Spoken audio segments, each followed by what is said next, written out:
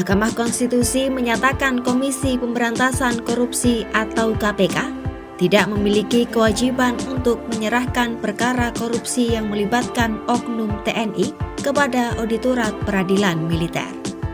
Putusan itu disampaikan Ketua MK Suhartoyo dalam pertimbangan putusan perkara nomor 87/PUU 21 Romawi /2023 yang digelar Jumat 29 November 2024. Dan demikian, dengan mendasarkan pada ketentuan pasal 42 U30 2002, pada dasarnya tidak ada syarat apapun yang melekat pada ketentuan dimaksud, yang mengurangi kewenangan KPK dalam penanganan perkara tindak pidana korupsi yang dilakukan bersama-sama oleh orang yang tunduk pada peradilan militer dan peradilan umum, sepanjang perkara dimaksud proses penegakan hukumnya ditangani sejak awal atau dimulai atau ditemukan oleh KPK.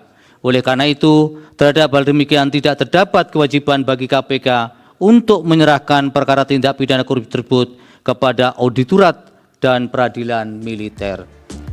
Suhartoyo juga mengatakan bahwa MK memiliki kewajiban penegasan agar ada kepastian hukum dalam pasal tersebut.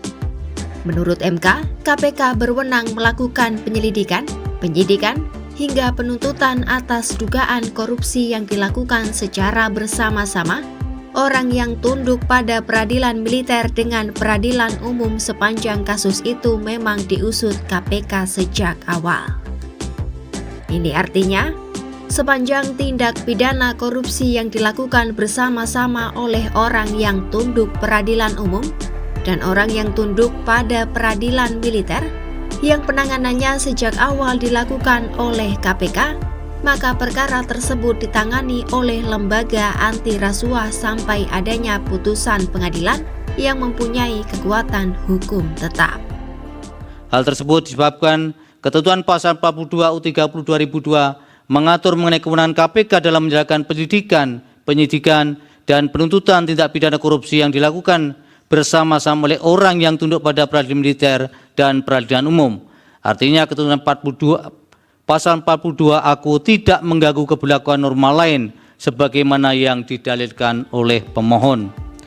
Gugatan ini sendiri sebelumnya dilayangkan oleh seorang advokat bernama Gugum Ridho Putra yang menggugat frasa mengkoordinasikan dan mengendalikan dalam pasal 42 Undang-Undang Nomor 30 Tahun 2002 tentang KPK.